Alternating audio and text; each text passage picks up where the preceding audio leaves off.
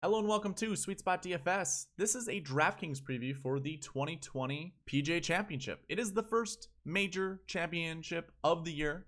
I can't be more excited about it. I'm hoping Tiger can do well. I want him to win his 16th. I want that storyline just to continue. I feel like, we're on borrowed time, and if he doesn't close it out soon, he's never gonna get it. So I'm on that part of the fence of wanting Tiger to win enough.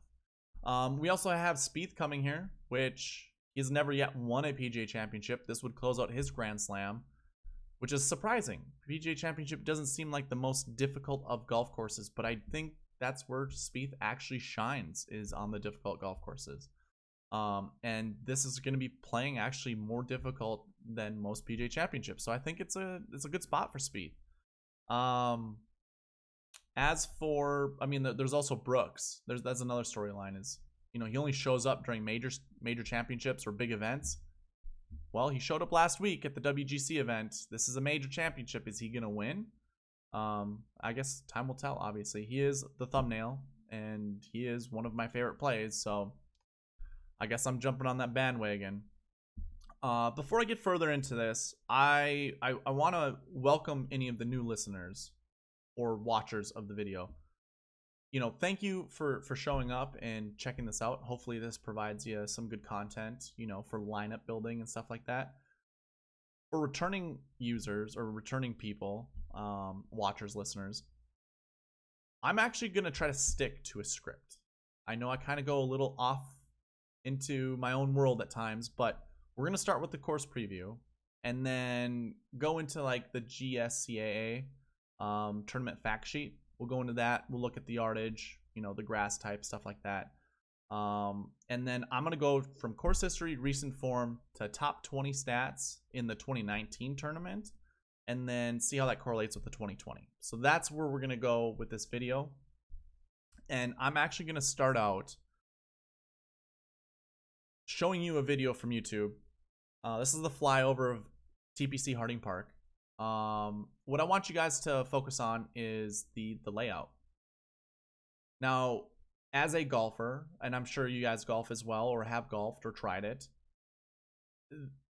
playing at a tree-lined golf course like what this is, it's going to benefit you if it follows your shot shape. These guys are elite golfers, so that's gonna be negated a little bit by how good they are at golf, but it still definitely plays a huge factor when it comes to your comfortability off the tee or into the greens.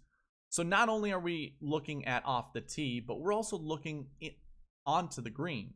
So don't just keep track of what the dog leg looks like from the tee, but look at the bunkers that are surrounding the green and how you can shape a shot into that green. When we go through this, you're going to see a lot of right to left shots. I'm just going to basically give you the answer to the test right away. We're going to see a lot of right to left. And when you, like Jim Furyk, not Jim Furyk, Bubba Watson talks about it. He was the one that actually mentioned it the most. He was like, I like to shape the shot right to left. And there are a lot of shots at this golf course that go right to left. Now, he's a lefty, so that's a fade. And he's like, my playing partner, Keegan Bradley, he likes to draw the golf ball, which obviously he's a right-handed golfer. He draws, and drawing a golf ball goes right to left. So we have two pros, or well, one pro talking about two golfers. But I believe also, shoot, who was it?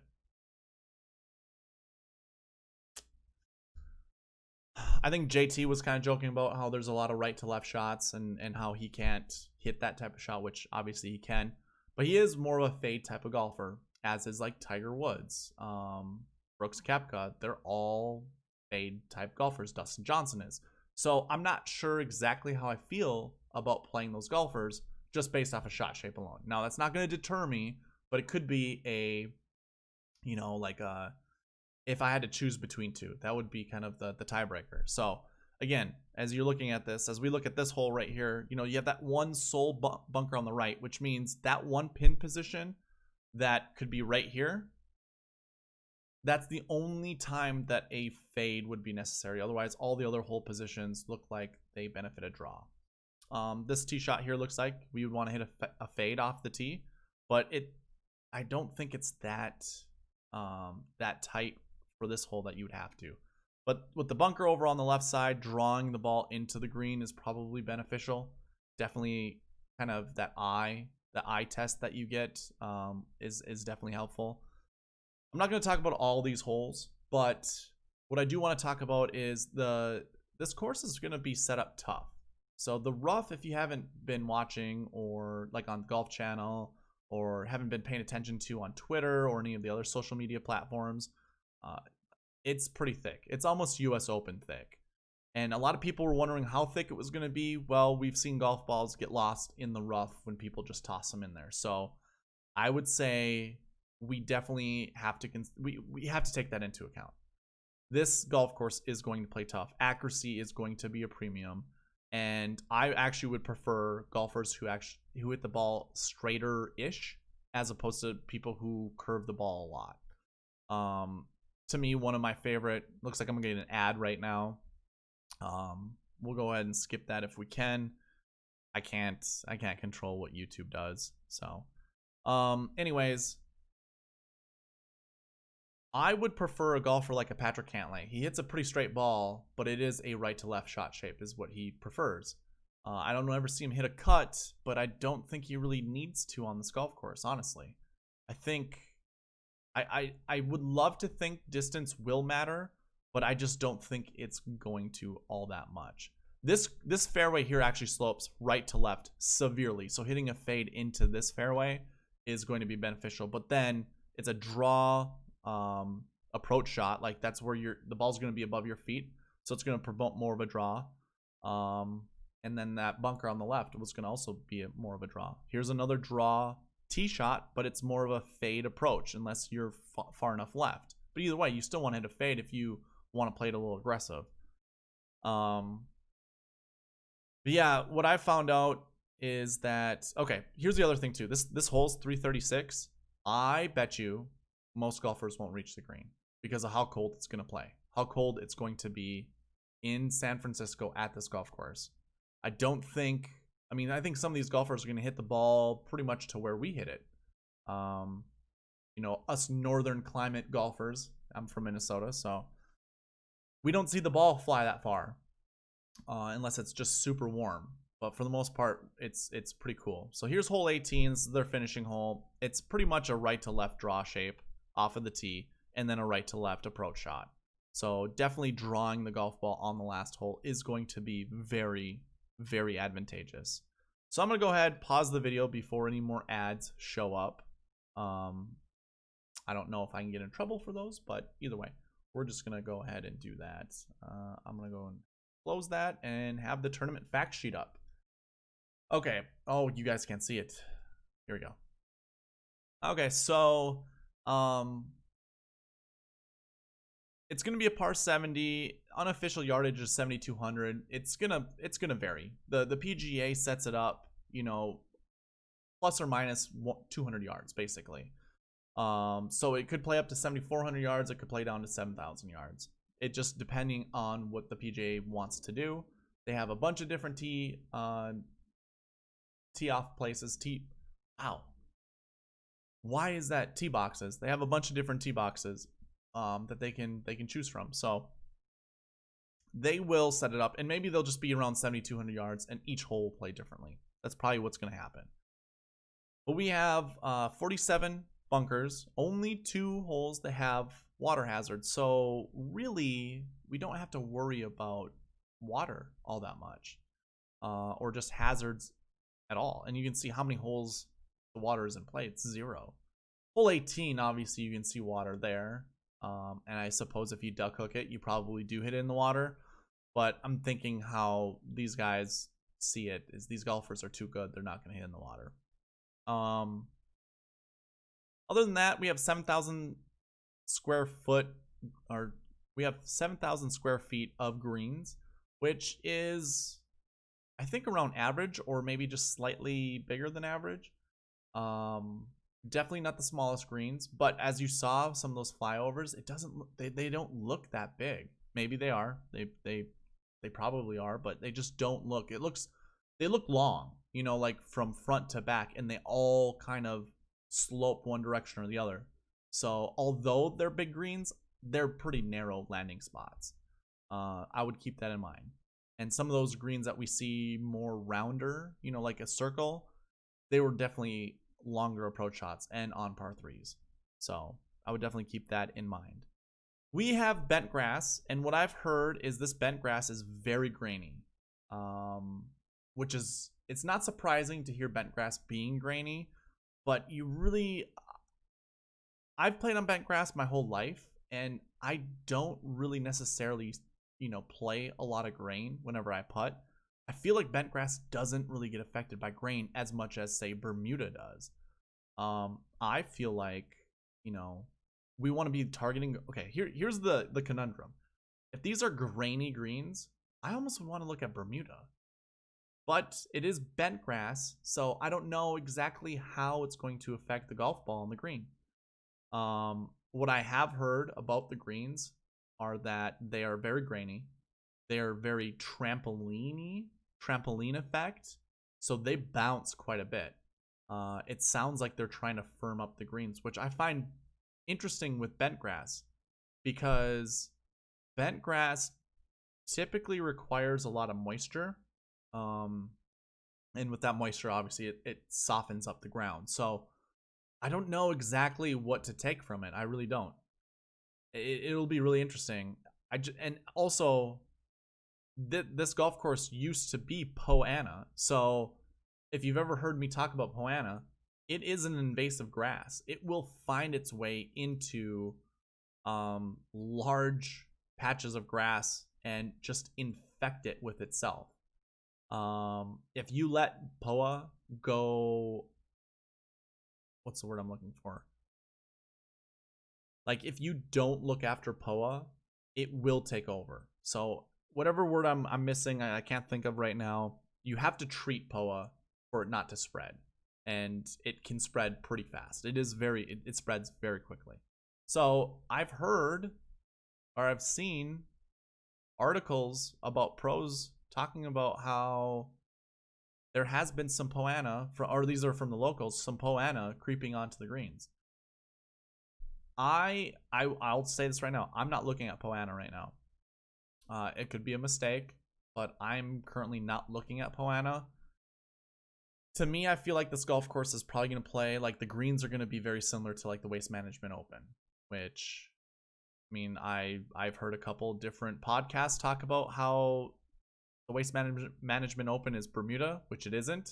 That is just the underlying grass that's overseeded, or there's overseed on top of it, which means that grass is the more prevalent grass, not the Bermuda. Bermuda's just the base layer. I wouldn't even suspect that grass is even peeking out of the ground. There's roots that are down there. So don't listen to those people who don't know what they're talking about. Like, it is not Bermuda at Waste Management. I also think that, you know, this golf course, for the funniest, I mean, I feel like how the trees are, how the rough is going to be, it's going to be a lot like Pebble, but like I think the greens are going to be a lot like the beginning of the year, where it's almost like an overseed basically. So we'll see how that goes. I don't have anything else to talk about. We have the architect, Willie Watson and Sam Whiting. I don't know any of those guys. I don't know any of the other courses that they have used. You can see they've created. You can see the additional notes down here. Don't really think it matters that much, honestly. So let's go ahead and get into the spreadsheet, which I'm sure most of you guys are looking forward to. We can look at the results for the tournaments that have been played here. The only thing is, you know, these courses are set up differently. They're at different golf courses. We're going to see different results, you know, based off of the grass type, based off of kind of the climate. I think we're going to see more of a -8 score, honestly. I think this course is going to play really tough. So I guess you could even look at like something like Bethpage Black. I do think bogey avoidance is going to be a huge stat to look at. And really just golfers who are on form with that bogey avoidance. So we'll see. But yeah, I don't think it's going to be anything like -16. If it does get to -16, it's because we're going to have a lot of 70 to 80 degree days with very little effect from the ocean. That's the only way I see it. But we can go right into the tournament history. So we don't have course history. This is just tournament history. Take it as you will. I don't think it really, it does matter to some extent because I do believe most PGA championships are kind of set up in a way that's very similar to each other. But like to me, when I envision all the different major championships, you've got the Masters, which is in a league of its own, basically. It's the same golf course year in, year out. You have a lot of undulating surfaces, whether it's fairways or greens. It's all bent grass. It's all lush. It's all green. Fast greens. It's perfect. It's like perfection. Then you got the US Open, where they basically try to make the greens as rock solid as possible, as rock hard as possible. So not only when the greens land or when the balls land on the green do they ricochet, very far, but then they're lightning quick and they grow up the rough to be, up to your knees basically. So they're literally trying to make it the most, like, the toughest course you can play. Then you have like the British Open, which is essentially fescue and wind. It's pretty much wide open all the time, and you got to battle the weather. If there is no weather, people eat those courses up. So you expect weather. And then the PGA Championship is almost like just perfect conditions all the time.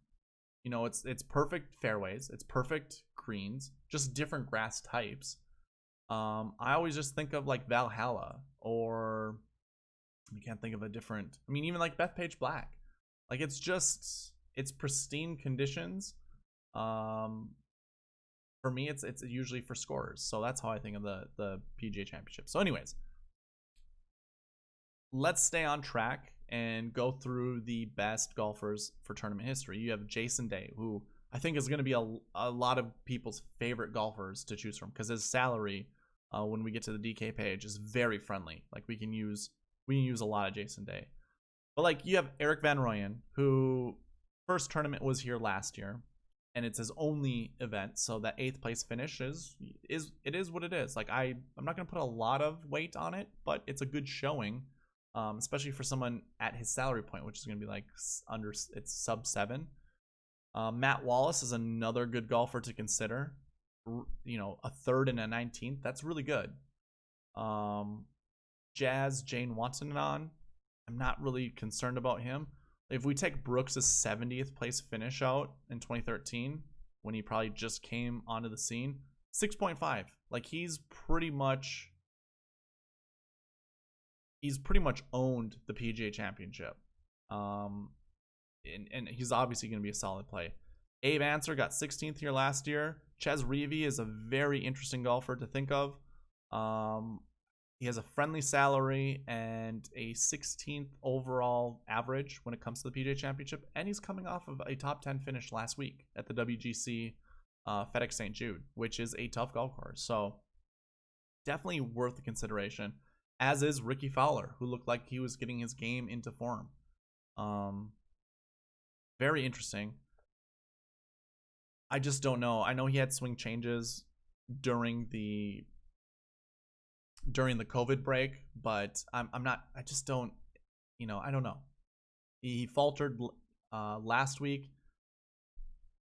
I just don't trust enough Ricky. I don't think I'm gonna play enough of him. But you can obviously see his average here. Patrick Cantlay, I really like. Solid finishes for his price point. I think it's actually pretty good. Same as with Hideki Matsuyama. I really like Hideki this week. He hits the ball relatively straight, but he favors more of a fade. For him is a left to right shot shape when we're looking for right to left shot shapes. And I actually, the times I've actually watched him try to hit a draw have been just not good. So maybe I'll temper my expectations with him. We could take out the 66 from Justin Thomas, and he would probably be the second best if you take Eric Royan's only one event that he played. He'd only be right behind Brooks Koepka. Now, he didn't play in 2019 because he had a wrist injury, just so you guys know. That's why he didn't show up, but I believe he was probably going to be the favorite, honestly, going into that tournament. I'm not going to talk about the rest, but you can see a lot of elite golfers. You know, like there really isn't anything to say really about any of these guys. I guess what I could do for you guys, take out, you know, their worst finishes for each of these guys and take a look. Henrik Stenson actually has a better average score at this tournament than any of the guys below him. That includes Rory McIlroy, Adam Scott, Justin Thomas, and Jordan Spieth. However, like Stenson's recent finishes have not been good, and we haven't seen him in forever. So I'm not going to really talk. I'm not really going to trust Stenson this week. All right, so that was course history or tournament history. Let's go ahead and look at recent form, and we're just going to kind of cruise through this. Just take a look at the top 10. That's all I'm going to focus on. A lot of golfers having a top 10 finish or top 20 finish the year before. And then the most common combo we're going to see between last year finish, last week finish is actually a last year top 20 and a last week top 20. You're going to see that a lot. It shows up a lot in the top 5. But here we also see a last year finish of a top 20 and then not playing the week before. So we have to keep that in mind. And then recent form coming into this looks pretty good. In green means 20 or better. Yellow is 20 to 40. And it kind of goes by 20s going after that. The colors of the stoplight. So keep that in mind. So 2019 looks good. Going to 2018, again, we have top 20 finishes inside the top 10 to go along with top 20 finishes for the week before. So the BRG is the WGC Bridgestone. So this basically goes hand in hand with what we were for this season. This is when the PGA Championship was in the fall. Last year it was the first time it moved to the spring, but now we have it back in the fall, so it's actually following the last WGC event, which at that time was Bridgestone. Now it's the FedEx St. Jude. We could take off. You know, we could look at this like JT. You know, in 2018, I should say in 2017 he won this tournament, but in 2018 he won the Bridgestone heading into this tournament, finished 6th. Now, if he was the highest priced guy, which he wasn't, you wouldn't want to play him. But being at 9,700 with that you know, that finish, not terrible, honestly. So anyways, I do again want to point out top 20 finishes the year before and the week before. Definitely going to be looking at that. You even see it down here with Ricky Fowler, and they are known golfers, well-known golfers. Jason Day, you know, 19th, not really that good for his price, but still, these guys are making cuts, and that's what we're not really aiming for that with high price guys, but the 9K guys aren't really so much high price. Those are like our second guys. So 2017 looks a little different, but you still have your last year finish of top 20 and last week finish top 20. You even have it down here in the top 13s, actually. So again, it's a very, very prevalent thing to go with, and around that 10K price. Yeah, 9K to 10K. That looks to be kind of a theme that we should be looking at. I'm sorry, I haven't really been looking at the recent form, but it varies. Like JT, obviously 8,900, 63.5. That's because of a missed cut at the Open Championship, and then a missed cut at the Quicken Loans Championship. 2018 recent form looked good. 2 guys with top 20, you know, under 20 average finishing position coming into this tournament. 2019, same thing. So maybe we're looking at 2 golfers that have, you know, 20 and below for recent form. I mean, it still applies here, although Ty Hatton only had 1 finish, and that was at the Open. So you can see in 2016, you know, a little schedule change where now the Open Championship was the major event prior to, you know, Bridgestone was right before the Open. But the Canadian Open was actually the tournament that preceded it, we still had a top 20. So really coming in with good recent form is going to matter. 2015, no better case in point. Like, look at how many, like these finishing positions, average finishing positions heading into the tournament, pretty darn good. And like we have Robert Streb and Russell Henley. At that time, not really well-known golfers. But it just shows that you don't always want to grab the elite golfers with the good recent form. Although it doesn't hurt because you obviously see them at the top of the leaderboard. Again, 2014, look at how many, this is with the Bridgestone proceeding again. Like, there are 4 golfers. So what did we see? 2015, we had 1, 2, only 2 there. You see some down here in 30th place. That's not good enough. It's only 2 there. 2016, we had 1, but that's not the Bridgestone. 2017, we have the Bridgestone. We just have 1. Hideki. We can go down here 13th. We see it. So maybe not as automatic as we would want or we would hope, but still something to look at. Yeah. And then 2013, I don't really have last year finishing like stats to go with 2013, but I imagine, just take a look at these guys, try to figure out what their finishing position was the year before. And then obviously we have a bunch of top 20 finishes at the Bridgestone. So that's recent form. So again, we went through tournament history, we went through recent form. Let's go ahead and look at the 2019 DK page.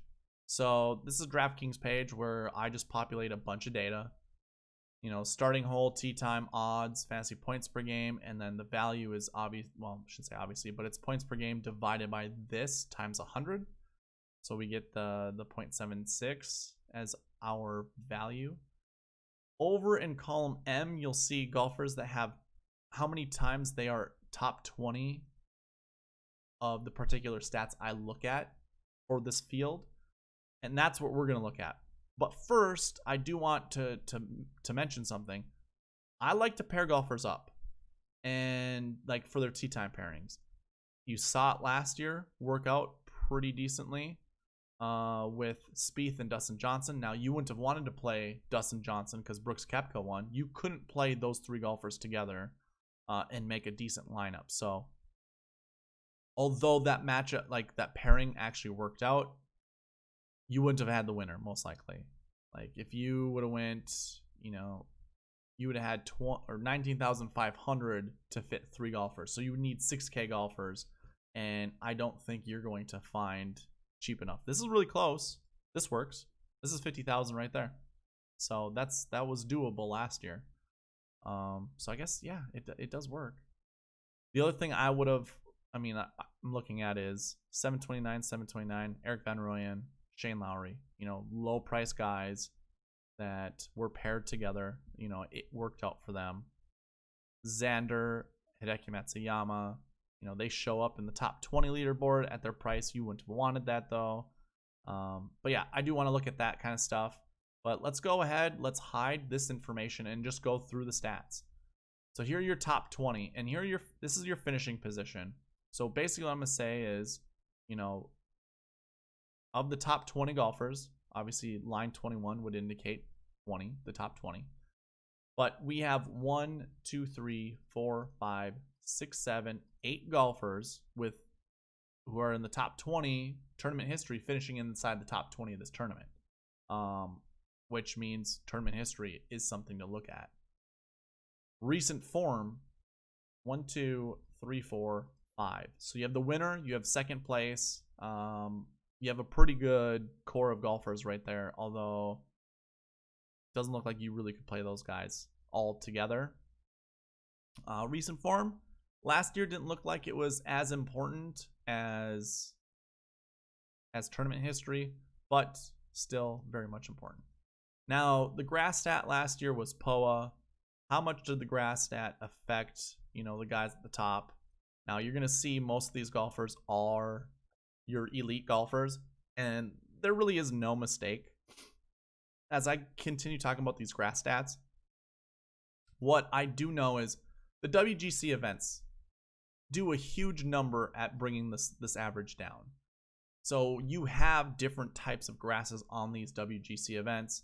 They will bring them down. I don't include the match play because it's really hard to determine, you know, what type of energy, what type of effort was put forth, and what place do you really give someone who didn't make it inside, you know, the quarterfinals. You know, they're all tied together. Are they, you know, tie for 17th place? Like, I just don't know. So, I don't include it, but yeah, you have HSBC, Bridgestone, well, FedEx St. Jude, and then the Mexico Championship, which is POA. So, like, those are no-cut events, and most of your top guys are invited there. They're going to do well. You know, just having a top 20 finish brings down your overall. But anyways, it's not uncommon to see your top guys, you know, of POA being inside the top 10. Now, there are some value plays here, like 7,000 Thomas Peters, 65 Ross Fisher, 69 Jorge Campillo, although he missed the cut, and Ty Hatton. Now, none of them actually had a really good finishing position. Thomas Peters, arguably, you could say did, you know, $7,000 for 23rd place. That's pretty good. Overall, POA with your top golfers definitely reigned supreme. Your top 20 POA, well, the top 20 POA for 2019. So this is just looking at 2019's POA stats. And we have 6 golfers who finished inside the top 20. Of those 6 golfers, 3 golfers are under, well, 2 golfers are under 8,000. 3 golfers are under 8,500. That includes Hideki Matsuyama. So there might be some value to find here when it looks at POA. I'm going to go ahead and hide these stats and bring on tee to green, off the tee, approach, around the green. All the swing stats. So I have these ranked by what their PGA rank was coming into the tournament. This has nothing to do with their field. This has, I mean, most of you guys are going to be looking at this like, what does this mean? Last year, I didn't really put down the actual strokes gained. I just put the ranking down. So if I do rank this from top to bottom, you know, most of your top golfers are at this tournament. So obviously we're missing the second best tee to green golfer. I'm not sure where he was. Like I can look at the 2019 PGA stats. Oh, JT. Yeah, we know where JT was. He was injured. But anyways, top to bottom, this is your top 20 tee to green. We have 1, 2, 3, 4, 5, 6, 7, 8, 9 golfers who finish inside the top 20. We can get rid of some of these that finish worse than 10th. And we have 6 golfers who finish inside the top 10. Of those 6 golfers, 2 of them were under 8K. 1 of them was under 7K. Oh, I'm sorry. 2 were under, 3 were under 8K. 1 was under 6, or 1 was under 7. I missed, oh, that's not the top 10. That was top 20. My bad. Either way, what I'm trying to get at is most of your golfers are going to be over $8,000 with that stat. So that was tee to green. Keep that in mind. Off of the tee, here are your top 20 golfers. 1, 2, 3, 4, 5, 6, 7 golfers here inside the top 20 for off the tee who finished inside the top 20 at this tournament. That's basically how this is going to read, so I'm not going to continue saying that. Of those golfers, we have Abe Answer, 6,600. Luke List, 6,800.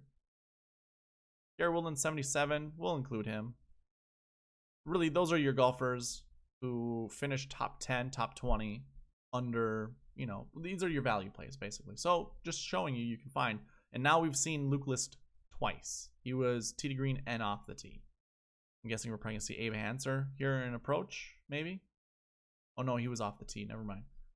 Anyways, we're going to see a lot of the same culprits. Xander, DJ, Kuchar, Matsuyama, McIlroy. That's for your approach. Those are the guys who are inside the top 20 for this field. Again, you know how that reads. Around the green, we have 1, 2, 3, 4, 5 golfers that finished inside the top 20. So it doesn't look like it was that important. Putting, definitely not that, really not that big of a deal. Although DJ heading into this tournament had some really good putting stats and finished second. Maybe, I mean, then you also look at like a Ricky Fowler, Justin Rose. Those are kind of your top guys, you know, your elite golfers. You had to pick one of them. Who is it? You know, do you know exactly who you're picking out of those golfers? I mean, I don't know. I'm not sure I would know how to. But anyways,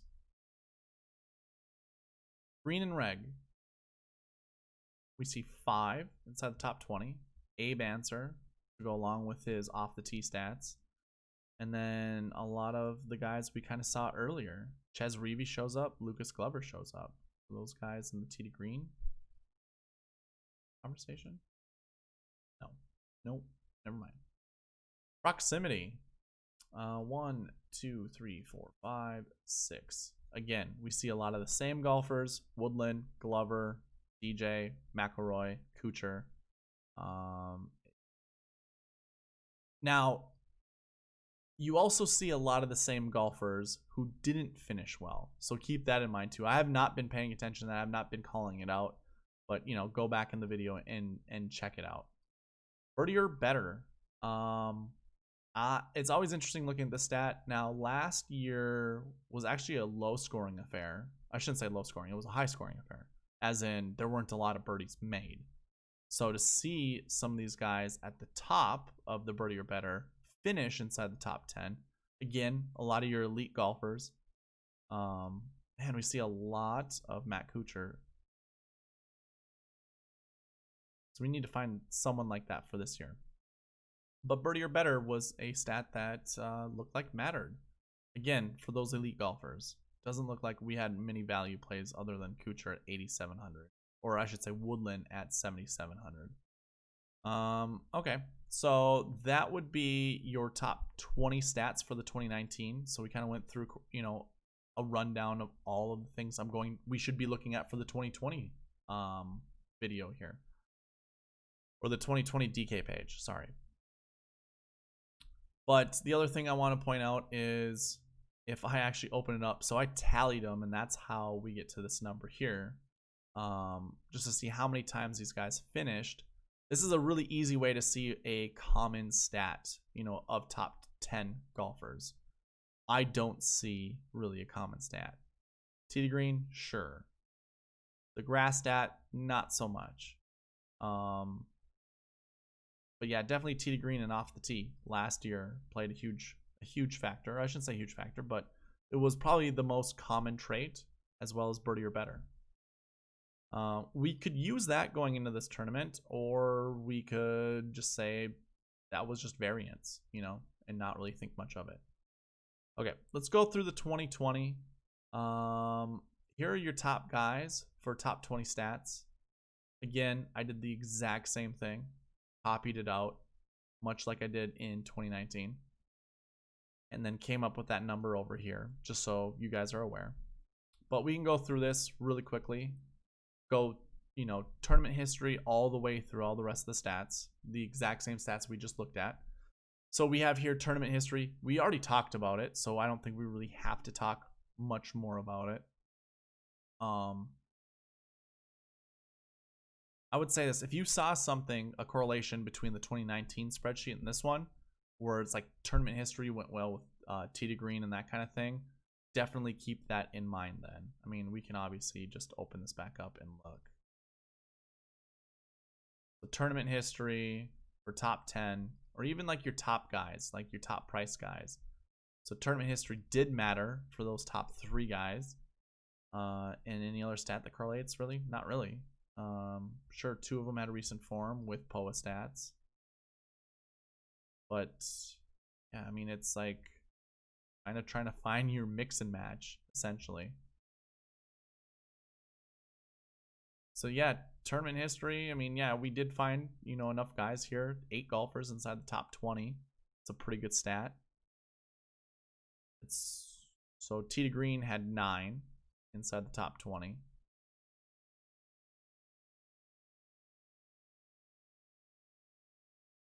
Yeah, I think Tee to Green was definitely the best one, followed by Tournament History. So there wasn't really a correlation that I could see that we should go with. Recent form. Here are your golfers with top recent form. You know, I guess if we're looking, Richard Werenski, actually, this should be better. I did not include the Barracuda or the Barracuda Championship where he won. He is probably the only golfer in that field in this one. So I would take that into consideration. But, I mean, Richard Werenski, he does have better recent form than that 32nd overall average. Abe Answer at a good price. He's also a 1-1, which is something I want to be exploring. Lucas Glover might be that Luke List of last year, around that $6,700 mark. And of course, Lucas Glover did show up quite a bit last year in the top stats and did have a top 20 finish.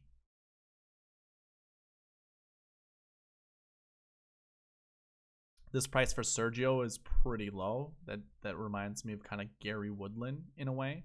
Same with Tony Finau, although I don't really like that 6.5. And if you're not aware, if you don't understand what these buckets here are, wait till the lineup construction video or watch one of my earlier videos. I do explain it there quite a bit. Let's hurry up and get through this. I'm going to hide all of this.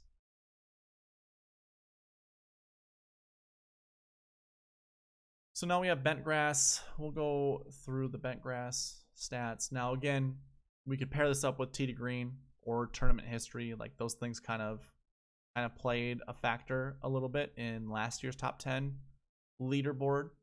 But here are your top 20 bent grass golfers. I do believe Robert McIntyre actually only has 2 events under his belt, so I wouldn't really consider him much for this top bent grass golfer, but just showing you he does have a 17th place finish at a bent grass golf course or tournament. Justin Rose seems like that's way too low for a really good golfer, and maybe he's more like Gary Woodland of last year. Although Gary Woodland was a 1-3, so never mind. You have a couple 4-3s up there, though. So maybe we look at someone like Justin Rose, Jason Day. Not quite the same. I mean, like Patrick Cantlay, that price, sure. That makes a lot of sense. Maybe not so much Dustin Johnson. But pretty close. I mean, like, I think if I'm making a player pool, if there's a position available, it's probably going to be between these 3 golfers. I like those golfers quite a bit. But anyways, yeah, you can see everyone here with their bent grass stats. 2020 bent grass. Forgot to mention this before, but just pause the video, screenshot it if you want to keep this information for yourself. But for 2020 bent, I mean, that didn't really play a huge factor in 2019. Still, we can look at that information. You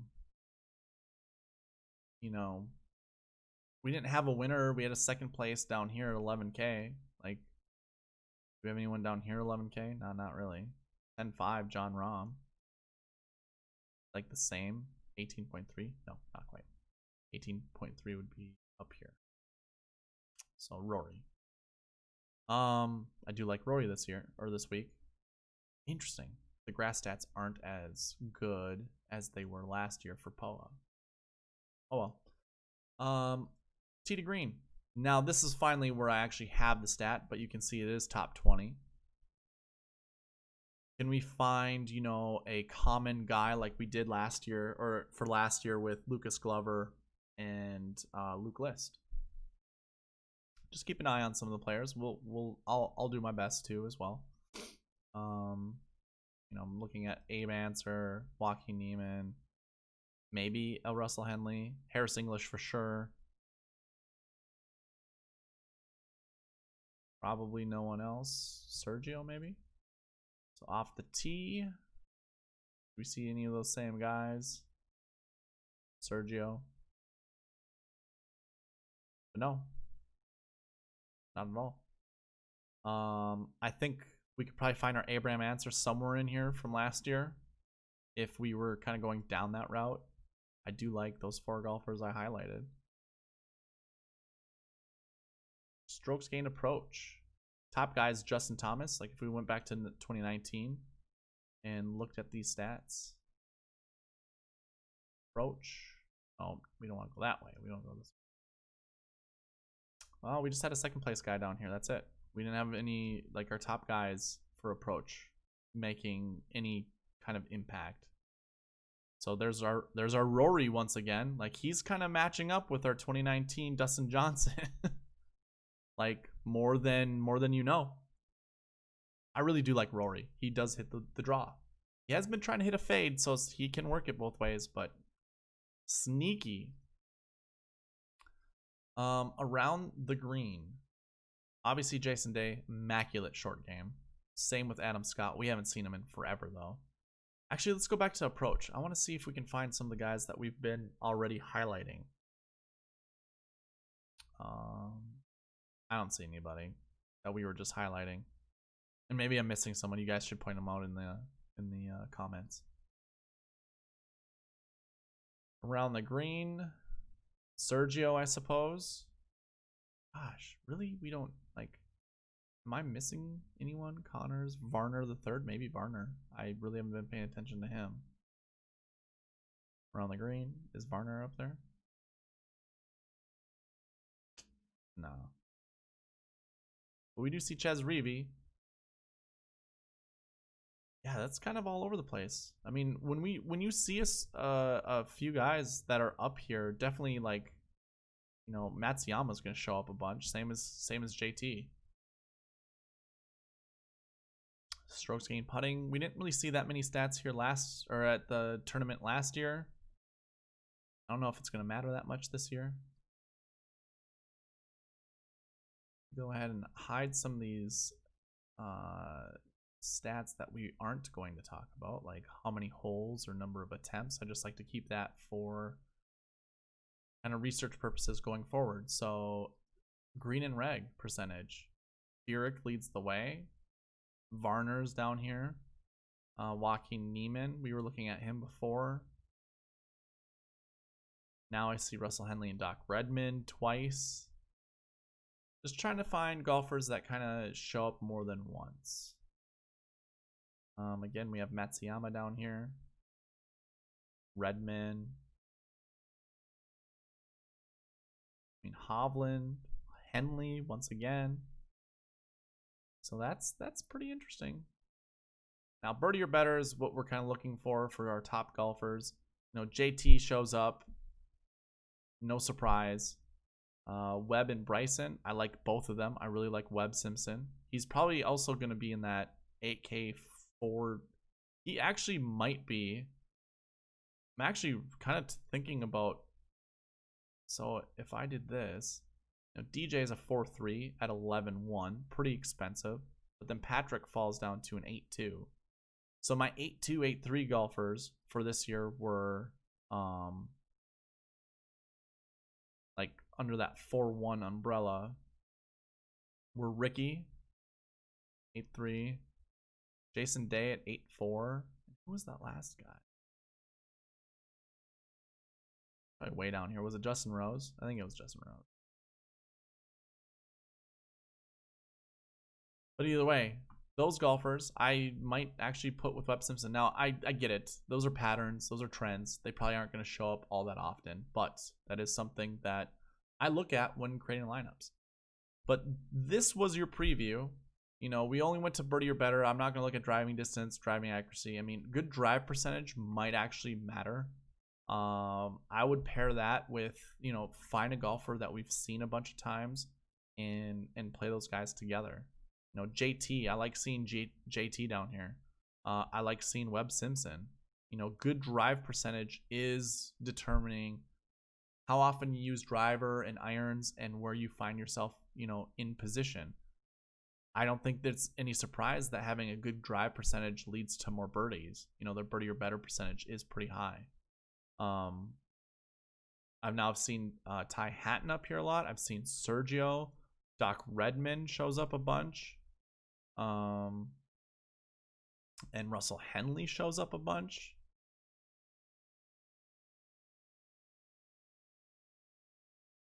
You know, it looks, I don't know.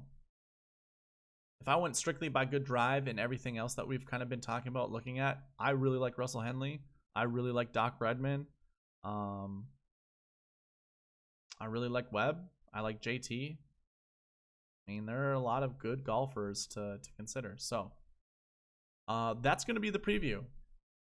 I thought this went pretty well. Maybe there's a little bit of rambling going on in the beginning, but for the most part, I think I stayed pretty much to script, and that went pretty well. So let me know what you guys thought. Leave me a comment down in the comments.